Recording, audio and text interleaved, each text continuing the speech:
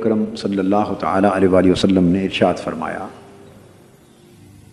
الصیام جنۃ،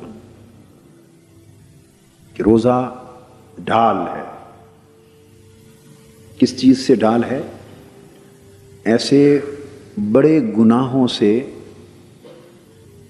انسان کو محفوظ کرتا ہے جو بڑے گناہ انسان کے جہنم اور دوزخ میں داخل ہونے کا باعث بنتے۔ ڈھال ہمیشہ حفاظت کے لیے استعمال ہوتی، اور حفاظت اس چیز سے کی جاتی ہے جو انسان کے لیے نقصان دہ ہو، اور نقصان حقیقت میں وہی نقصان ہے جو آخرت کا ہو جائے۔ گھاٹا اور خسارہ وہی ہے جو آخرت میں ہو، اور نفع اور فائدہ بھی حقیقی وہی ہے جو آخرت میں۔ انسان اپنی زندگی میں گرد و پیش کے ماحول کے مطابق طرح طرح کے گناہوں کا ارتکاب کرتا ہے، اور ان کے نتیجے میں وہ اپنا نامہ اعمال خراب کرتا ہے۔ وہ گناہ اسے دھکیل کر جہنم تک لے جاتے۔ حضور علیہ الصلوۃ والسلام نے فرمایا، روزے کی پہلی خاصیت،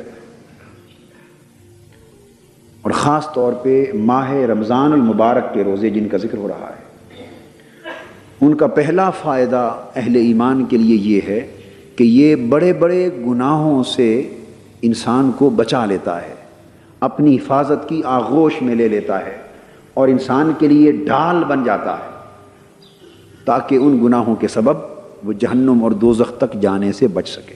اس کا ایک پہلو یہ بھی ہے کہ حضور علیہ الصلوۃ والسلام نے ارشاد فرمایا، جب ماہ رمضان شروع ہو جاتا ہے تو فرمایا، اذا دخل شہر رمضان فتحت ابواب السماء وفی روایت فتحت ابواب الجنہ وغلقت ابواب جہنم وسلسلت الشیاطین۔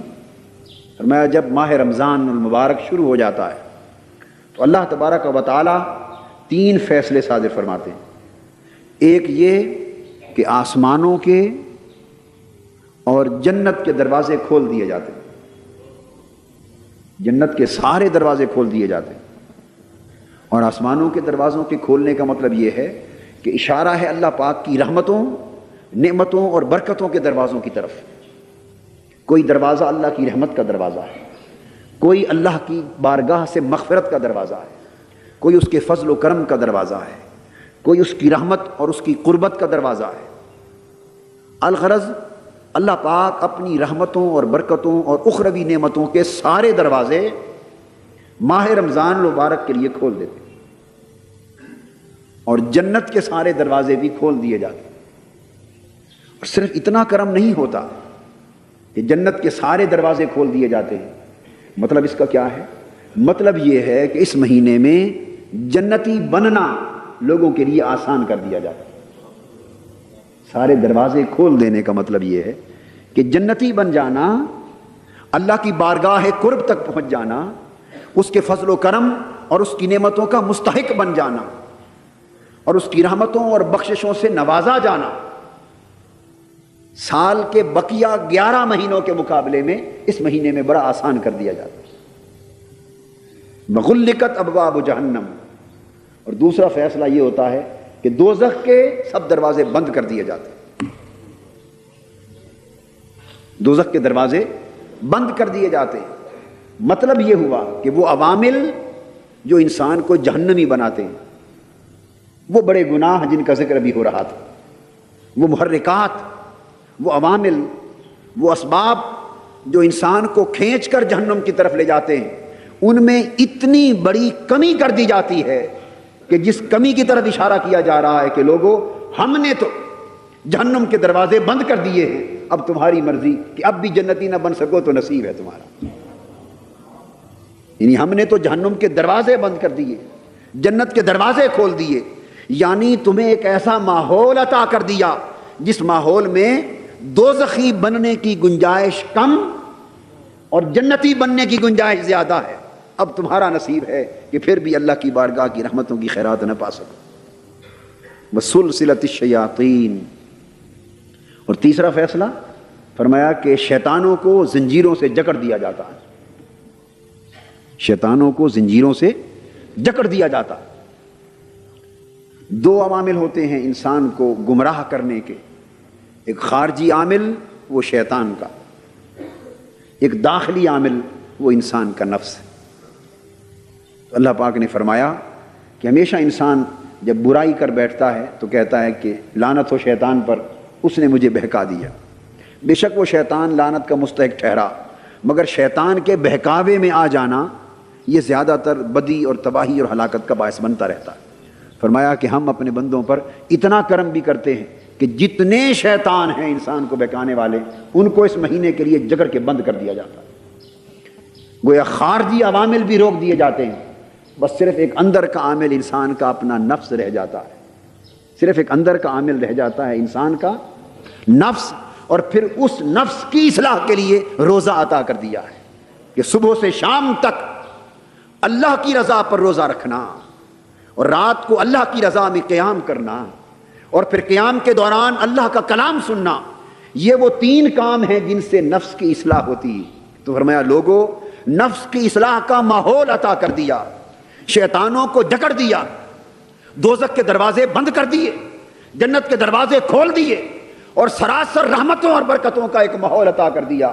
کیا اب بھی کمی ہے اس بات میں رہ گئی کہ تم مولا کے شکر گزار بندے بن جاؤ، تم متقی بن جاؤ، اللہ کی رحمتوں، نعمتوں اور جنتوں کے حقدار بن جاؤ؟ اگر اب بھی نہ بن سکو تو اس سے بڑی بدبختی اور شومی قسمت اور محرومی اور کیا ہوگی۔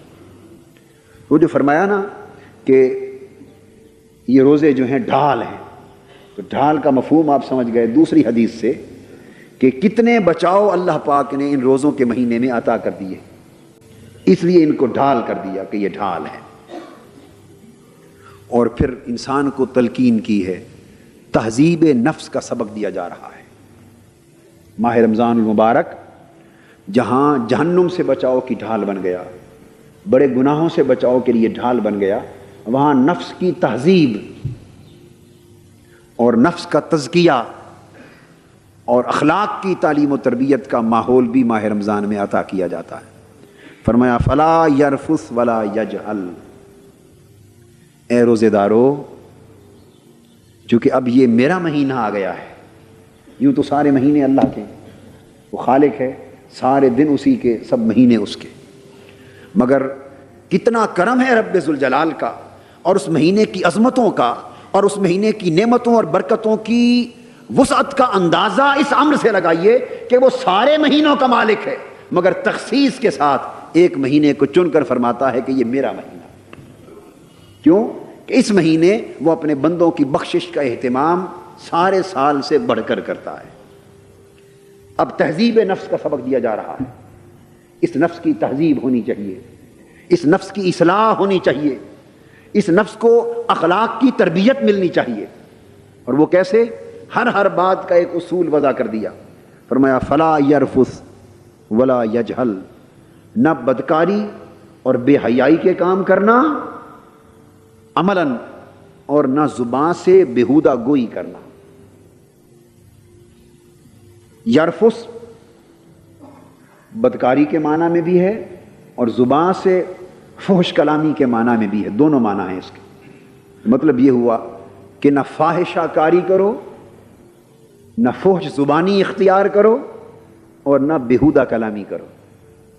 گویا تمہارا جسم بھی برائی سے بچ جائے، اور خالی جسم بچانا مقصود نہیں، فرمایا ولا یجہل، تمہاری زبان بھی بد کلامی تو درکنار، بیہودہ گوئی سے بھی بچ جائے۔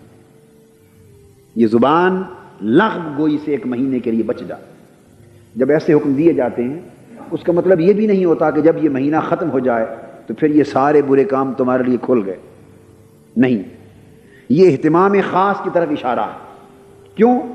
فرمایا کہ وہ رب ذوالجلال جس نے اس مہینے کے روزوں کو آپ کی اصلاح نفس کے لیے خاص ماحول بنا دیا ہے، جس نے تمہارے جنتی بننے کے راستے کشادہ کر دیے اور تمہیں دوزخ سے بچنے کے لیے بہت ساری بہتر صورتیں فراہم کر دی ہیں، اب تم سوال کر سکتے ہو مولا تیرے اتنے احسانات ہیں اس مہینے میں، کوئی یہ طریقہ بھی تو بتا کہ ہم ان احسانات سے پورا پورا فائدہ بھی اٹھا سکیں۔ کہیں ایسا نہ ہو کہ تیری جنتوں کے دروازے بھی کھلے کے کھلے رہ جائیں، جہنم کے دروازے بند رہ جائیں، شیطان مسدود رہ جائیں، ماحول نعمتوں بھرا رہے، برکتوں بھرا رہے، سعادتوں بھرا رہے، تیری بارگاہ کے انوار و تجلیات کا نزول بھی ہوتا رہے، اور تو امید بھی رکھے کہ میرا بندہ سچے معنوں میں میرا بندہ بن جائے گا۔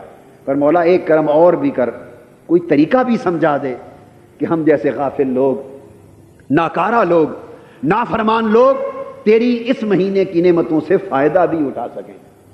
اللہ پاک نے اب اس کا طریقہ بھی تلقین فرمایا ہے، فرمایا فلا یرفس ولا یجہل وان امرؤ قاتلہ او شاتمہ فلیقل انی صائم مرتین۔ اب یہ طریقہ سمجھا دیا۔ طریقہ کیا سمجھایا؟ فرمایا کہ ہر برے کام سے بچے رہو۔ نمبر ایک، جس کام میں برائی دیکھو، جس کام میں فاحشہ کاری دیکھو، جس کام میں بدی کا پہلو دیکھو، جس کام میں میری ناراضگی کا عنصر دیکھو، ایک تو خود اس سے بچو، اور نمبر دو ایسا لفظ بھی زبان پہ نہ لاؤ جس لفظ کو آپ بےہودہ گوئی سے تعبیر کر سکیں۔ کیوں کہ میں چاہتا ہوں، اللہ پاک کا فرمان، میں چاہتا ہوں کہ یہ مہینہ تمہاری زبان صرف میرے ذکر کے لیے مخصوص ہو جائے، صبح و شام میرا ذکر تمہاری زبان پر ہو، میری یاد تمہارے دل میں ہو، میری محبت تمہاری روح میں ہو، اور میری عبادت تمہارا عمل بن جائے۔ میرے لیے جاگنا، میں رات کو ذکر کر رہا تھا، جب یہ عمل اپنا لو گے تو تم پر میرا رنگ چڑھ جائے گا۔ صبغۃ اللہ ومن احسن من اللہ صبغۃ، رات میں نے یہ بات سمجھائی، فرمایا اللہ کا رنگ ہے، اللہ کا رنگ ہے، تو لوگوں اللہ کا بھی رنگ ہے، اللہ کا بھی رنگ ہے۔ فرمایا ومن احسن من اللہ صبغۃ، ارے رنگ سازوں کے پاس جانے والوں، کوئی سبز رنگ چڑھانا چاہتا ہے، جی میرا کپڑا سبز، میرا دوپٹہ، بیویاں کہتی ہیں میرا دوپٹہ سبز کر دو، کوئی بہن کہتی ہے میرا دوپٹہ سرخ کر دو، کوئی کہتی ہے میرا دوپٹہ نسواری رنگ کا کر دو، کوئی کہتا ہے میری دستار، میرا جبہ، میرا قمیض اس رنگ کا ہو۔ ارے مختلف رنگ چاہنے والوں اور رنگ سازوں کے پاس جانے والوں اور رنگ سازی کی دکانیں تلاش کرنے والوں، ومن احسن من اللہ صبغۃ، بتاؤ تو صحیح رب سے بہتر بھی کوئی رنگ ساز ہے؟ رنگ سے بہتر بھی کوئی رنگ ساز؟ اللہ کے رنگ سے بھی بہتر کسی کا رنگ ہے؟ جب میں اپنا رنگ تمہارے اوپر چڑھانے کو تیار ہوں تو میرا رنگ چھوڑ کے اور رنگوں کی تلاش میں کیوں جاتے ہو؟ میرے رنگ کی طرف آؤ۔ اور رنگ کیا ہے؟ ماہ رمضان میں اللہ کا رنگ چڑھتا ہے۔ اللہ کا رنگ اللہ کی صفتیں ہیں، اللہ کا رنگ اللہ کی صفتیں ہیں، اس کے اخلاق ہیں۔ تو صفت الہیہ کیا ہے؟ اللہ کھاتا ہے یا نہیں کھاتا؟ اللہ پاک کی شان کیا ہے؟ اللہ نہیں کھاتا۔ فرمایا اس مہینے میں تم انسان ہو، آخر یہ تو ممکن نہیں کہ بالکل ہی کھانا چھوڑ دو اور بغیر کھائے جیو، یہ تو صرف میری شان ہے، اللہ کی شان ہے، مگر اتنا کرو کہ طلوع فجر سے لے کر غروب آفتاب تک 30 دن اس پورے وقت میں کھانا چھوڑے رکھو تو میرے نہ کھانے والا رنگ چڑھ جائے گا، نہ کھانے کا رنگ چڑھ جائے گا۔ پھر اللہ پاک سوتا ہے یا جاگتا ہے؟ جی لا تأخذہ سنۃ ولا نوم، جاگنا اس کا رنگ ہے۔ فرمایا دن کو نہ کھاؤ تاکہ میرے نہ کھانے کا رنگ چڑھ جائے، راتوں کو جاگو تاکہ ساتھ جاگنے کا بھی رنگ چڑھ جائے، اور پورا مہینہ یہ مشق جاری رہے، دن بھر کھانے سے بند رہو۔ اور اللہ پاک کوئی ایسا کلام کرتا ہے جو اس کی شان کے لائق نہ ہو؟ کرتا ہے؟ ہرگز نہیں کرتا۔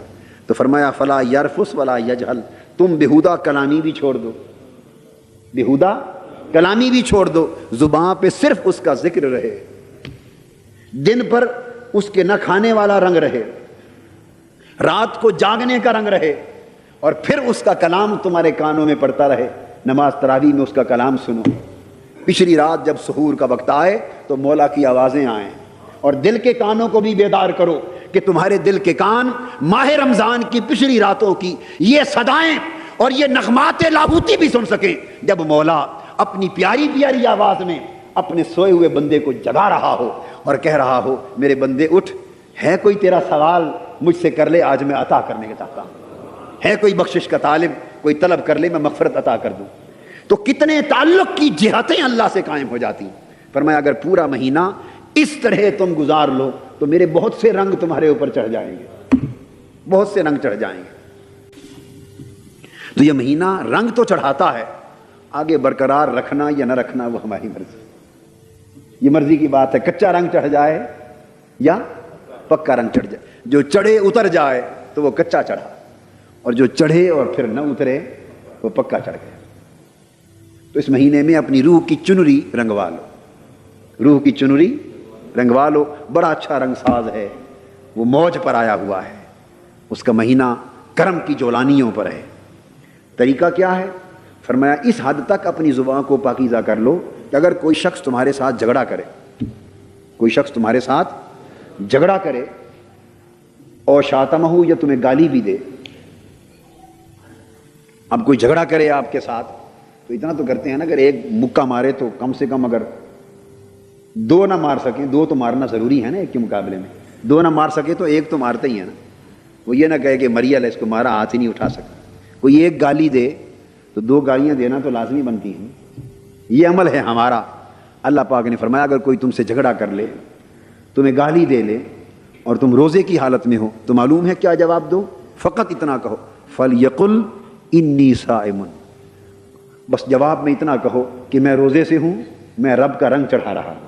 بس تیری گالی کا میرے پاس کوئی جواب نہیں، تیرے جھگڑے کا میرے پاس کوئی جواب نہیں۔ بھئی کیوں؟ میں روزے سے، میں اس وقت ڈھال میں ہوں، روزے میں ہوں، رب کا رنگ چڑھا رہا ہوں۔ بس فرمایا اتنا صبر کرو، اور ایک بار نہیں 2 بار کہہ دو، 2 بار کہہ دو۔ 2 بار کہنے میں حکمت کیا؟ انسان کو متوجہ کیا جا رہا ہے کہ اس پر بار بار دھیان کرو میں تمہیں کیا سبق دے رہا ہوں۔ حضور علیہ السلام نے فرمایا مرتین، 2 بار، یعنی بار بار دھیان کرو لوگوں کیا سبق دیا جا رہا ہے۔ اس عمل کو اپناؤ، زبان پاک ہو جائے گی، نفس پاک ہو گیا، جسم پاک ہو گیا، زبان پاک ہو گئی، تو طہارت اور پاکیزگی انسان کی زندگی میں اتر آئی۔ اس کے بعد ارشاد فرمایا والذی نفسی بیدہ لخلوف فم الصائم اطیب عند اللہ من ریح المسک۔ حضور علیہ السلام نے فرمایا قسم ہے اس رب کی جس کے قبضہ قدرت میں میری جان ہے۔ فرمایا جوں جوں دن گزرتا جاتا ہے روزے دار کا اور معدہ خالی ہوتا ہے، اور دن گزرنے کے ساتھ ساتھ خالی معدے سے پھر جو ہوا باہر آتی ہے منہ سے، اس میں گیسز کی ایک ملاوٹ ہوتی ہے، اور اس ہوا سے تھوڑی منہ سے نکلنے والی ہوا ہلکی سی بودار ہو جاتی، بدبو دیتی، فریش نہیں ہوتی۔ وہ بھوک کا ایک اثر ہے، وہ زبان سے جب آپ کی منہ سے جب ہوا نکلتی ہے، سانس لیتے ہیں تو وہ محسوس ہوتا ہے۔ عام حالات میں، یہ بات خاص نکتہ، عام حالات میں کسی شخص کو وہ سانس اور اس کی وہ بدبو اس ہوا کی پسند نہیں ہوتی، پسند نہیں ہوتی، مگر یہاں فرمایا حضور علیہ السلام نے مجھے اپنے رب کی قسم جس کے قبضہ قدرت میں میری جان ہے، کہ اللہ پاک کا ارشاد یہ ہے کہ روزے دار کے منہ کی بدبو بھی مجھے کستوری کی خوشبو سے بھی زیادہ پیاری ہے۔